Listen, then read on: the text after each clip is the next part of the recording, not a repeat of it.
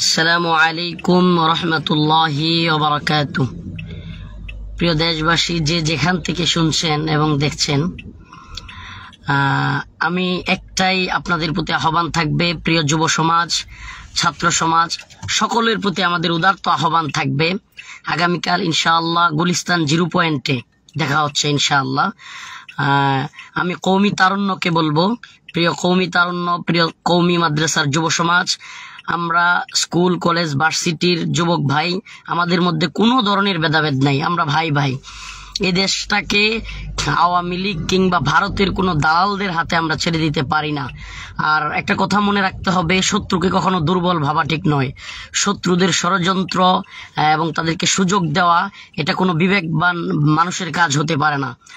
আমরা কি সেই আওয়ামী লীগকে যারা কিনা আমার ভাই আবরার ফাহাদকে পিটিয়ে হত্যা করেছে, আমরা কি সেই ছাত্রলীগকে যারা কিনা সিলেট এমসি কলেজে আমাদের বোনকে স্বামীর সামনে গ্রুপ দর্শন করেছে, সেই ছাত্রলীগ, সেই আওয়ামী লীগ যারা কিনা অজস্র আলেমদেরকে, উলামায়ে কেরামকে জেলখানায় নিয়ে বন্দি করেছে, রিমান্ডের নামে নির্যাতন করেছে, ফাঁসি কাস্টে ঝুলিয়েছে, সর্বজন শ্রদ্ধেয় আলেম আল্লামা সাইদি রহিমাহুল্লাহকে কারাগার থেকে মেরে শহীদ করে তারপর বের করেছে, আমার উস্তাদ মুহতারাম নূর হোসেন কাসেমি রহিমাহুল্লাহকে, যার ব্যাপারে বলা হয়, তাকেও হত্যা করেছে, আল্লামা জুনায়েদ বাবুনগরী রহিমাহুল্লাহকে হত্যা করেছে।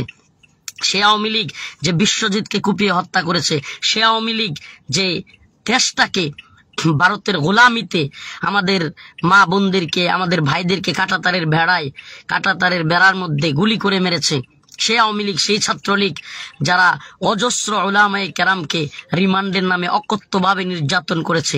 এত কিছুর পরেও এই নির্লজ্জ এবং যাদের নেত্রী তাদেরকে রেখে পালিয়ে গিয়েছে, এরা এখনো পর্যন্ত বাংলাদেশকে অস্থিতিশীল করতে চায়। আমি আমাদের কওমি তারুণ্যকে, স্কুল কলেজ ভার্সিটির প্রত্যেকটা যুব সমাজকে বলবো, আগামীকালকে আপনারা ইনশাল্লাহ, আমরাও আসতেছি ইনশাল্লাহ, জীবন দিয়ে হলেও ভারতের কোনো দালালকে এদেশে আমরা থাকতে দিব না। এবং এই আওয়ামী লীগ নামক ভারতের রয়ের দালাল, এদেরকে আমরা বাংলাদেশ থেকে উৎখাত করবো ইনশাআল্লাহ। নতুন সরকারকে বলবো, যে সমস্ত উপদেষ্টারা আসিফ নজরুল সাহেবের মতো অতি উদারতা দেখাচ্ছেন, আপনারা সাবধান হয়ে যান। আপনাদের ব্যাপারে আমাদের সুস্পষ্ট মেসেজ হলো, কোনো ধরনের স্বৈরাচার কিংবা জালিমের ব্যাপারে নমনীয়তা দেখানো যাবে না। জালিমের প্রতি নমনীয়তা দেখানো মাজলুমের সাথে গাদ্দারি, এই মাজলুমদের সাথে গাদ্দারি আমরা মেনে নিব না। আমার ভাই আবু সাইদকে, আমার ভাই সমস্ত শহীদদেরকে যারা হত্যা করেছে, এই মীর মুগ্ধকে যারা হত্যা করেছে, অসংখ্য মাদ্রাসার তালিবুল ইলমকে যারা হত্যা করেছে, সেই হাসিনার দূষরদেরকে আমরা থাকতে দিতে পারি না। বাংলাদেশের কোনো একটা রাস্তায় আওয়ামী লীগ ছাত্রলীগকে আমরা নামতে দিতে পারি না। আমরা এ দেশটাকে ভারতের হাত থেকে মুক্ত করতে চাইলে আওয়ামী লীগ এবং ছাত্রলীগ থেকে মুক্ত করতে হবে। ভারতকে বাংলাদেশে কোনো ধরনের ষড়যন্ত্রের খেলা খেলতে দেওয়া যাবে না। আমার প্রত্যেকটা ভাইয়ের উপর মেসেজ থাকবে যে আপনারা ওদের ষড়যন্ত্রটাকে দুর্বল মনে করবেন না, ছোট করে দেখবেন না। ওরা আমাদেরকে বিচ্ছিন্নভাবে দেখতে চায়, আমরা ঐক্যবদ্ধ থাকবো। আমরা মাদ্রাসা, স্কুল, ভার্সিটি, সমস্ত যুব সমাজ ঐক্যবদ্ধ থাকবো ইনশাআল্লাহ। এই দেশটাকে আর কোনো জালিমের হাতে আমরা তুলতে দিব না, কোনো জালিমকে এদেশে দাঁড়াতে দিব না ইনশাআল্লাহ। আল্লাহ পাক আমাদের সবাইকে আগামীকালকে গুলিস্তানে এক হওয়ার তৌফিক দান করুক।